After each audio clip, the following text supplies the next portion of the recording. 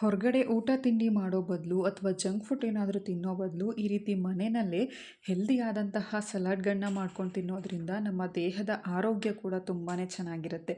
ಎಲ್ರಿಗೂ ನಮಸ್ಕಾರ, welcome to my channel. ಇವತ್ತಿನ ಈ ವಿಡಿಯೋದಲ್ಲಿ ಹೆಲ್ದಿ ಆದಂತಹ ಪ್ರೋಟೀನ್ ಸಲಾಡ್ನ ಮಾಡ್ತಾ ಇದ್ದೀನಿ, ಅಥವಾ ಇದನ್ನು ಹೆಸರುಕಾಳು ಸಲಾಡ್ ಅಂತಲೂ ಕೂಡ ಹೇಳಬಹುದು.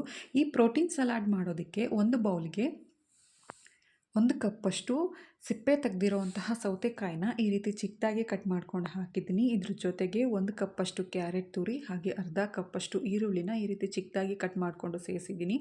1 ಕಪ್ಪಷ್ಟು ದಾಳಿಂಬೆ ಹಣ್ಣು, ನೀವು ಇದಕ್ಕೆ ಬಾಳೆಹಣ್ಣನ್ನು ಕೂಡ ಹಾಕ್ಕೊಳ್ಬಹುದು, ಅಥವಾ ಪಪ್ಪಾಯ, ಆಪಲ್, ಬೇರೆ ಯಾವ ಹಣ್ಣನ್ನು ಕೂಡ ಇದಕ್ಕೆ ಸೇರಿಸ್ಕೊಳ್ಬಹುದು.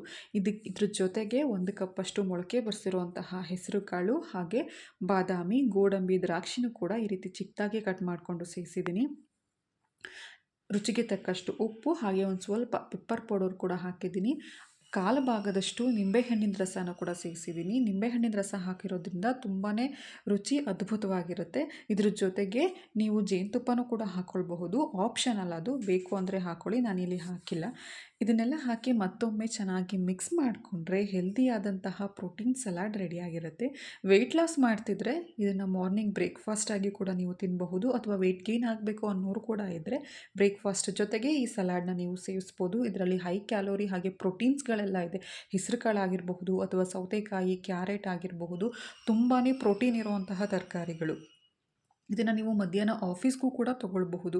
ಈ ವಿಡಿಯೋ ಇಷ್ಟ ಆದರೆ ಲೈಕ್ ಮಾಡಿ, ಶೇರ್ ಮಾಡಿ, ಹಾಗೆ ನನ್ನ ಚಾನಲ್ನ ಸಬ್ಸ್ಕ್ರೈಬ್ ಮಾಡಿ. Thank you for watching.